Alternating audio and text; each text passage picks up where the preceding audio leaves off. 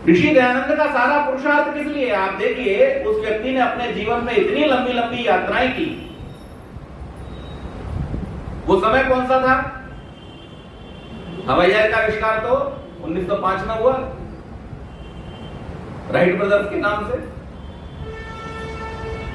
स्वामी जी 1883 में चले गए, तो हवाई जहाज तो थे नहीं,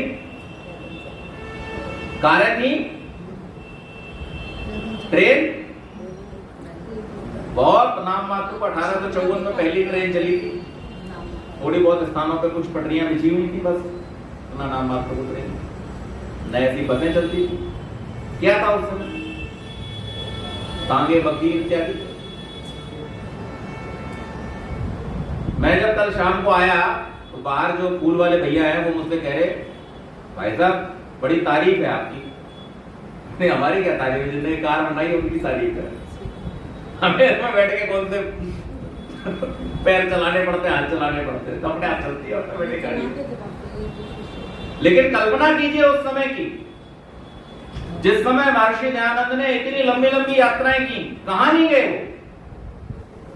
वो कलकत्ता में भी गए, वो पूना में भी गए, वो बंबई भी गए और कश्मीर भी गए। उत्तर प्रदेश के अंदर कौन सी जगह नहीं थी जहां वो गए? चाहे हाथरस हो, चाहे कासगंज हो, फर्रुखाबाद हो, आगरा हो, कौन सी जगह छोड़ी उन्होंने?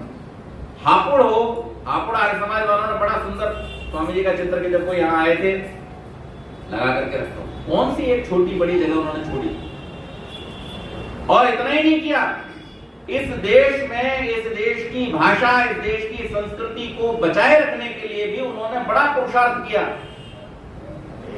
आज इस सोशल मीडिया के युग में भी आपसे अगर कोई कह दे कि मेरे इस व्याख्यान पर आप 2000 लोगों के लाइक लाइए, आपके पसीने छूट जाएंगे। अपने आप आ जाए तो आ जाए, एल्गोरिदम में फिट होगी। अगर आपसे मैं कह दूं कि 2000 लोगों को आप इकट्ठा कर लीजिए केवल इस बात पर, या किसी का भी जो भाषण आपको अच्छा लगता हो उस पर लाइक देने के लिए, आपके सोशल मीडिया के युग में पसीने छूट जाएंगे। लेकिन ऋषि दयानंद ने जिस समय हंटर कमीशन बैठा कि इस राज्य की भाषा क्या होनी चाहिए, इस राष्ट्र की भाषा क्या होनी चाहिए, उस समय में स्वामी जी ने 2 लाख लोगों के हस्ताक्षर करा करके पत्र सबमिट किया था कि ये भाषा हिंदी ही इस राष्ट्र की भाषा होनी चाहिए। आप उनके पुरुषार्थ को आंकिए जरा।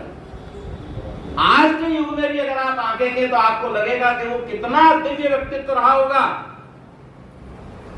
जिसने उस युग में जब किसी प्रकार की सुविधाएं नहीं थी तब जाकर के इतना बड़ा पुरुषार्थ किया।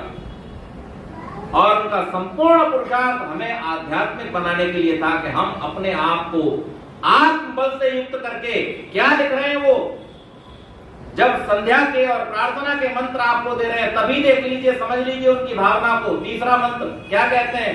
या आत्मदा बलदा यस्य विष्णु उपासते प्रशिषम यस्य देवा। अर्थ कितना सुंदर करते हैं, जो शरीर, आत्मा और समाज के बल का देने हारा है। और ऋग्वेद आदि भाष्य भूमिका में तो लिख देते हैं कि जो विज्ञान आदि आत्मा के बल का देने हारा है। आत्मा का बल क्या है? आत्मा का बल है विज्ञान। आत्मा जब तक ज्ञानवान नहीं होगा तब तक बलवान भी नहीं हो सकता। कितने सूत्र रूप में कितनी गहरी बात ऋषि दयानंद कह रहे हैं कि वो आत्मा का विज्ञान आदि बल भी कहां से प्राप्त होगा? केवल और केवल परमात्मा से ही प्राप्त होगा, आध्यात्मिक होकर ही प्राप्त होगा। जब तक इस संसार का प्रत्येक व्यक्ति चरित्रवान बन करके उस परमात्मा की उपासना में नहीं लग जाता है तब तक इस संसार में सुख व्याप्त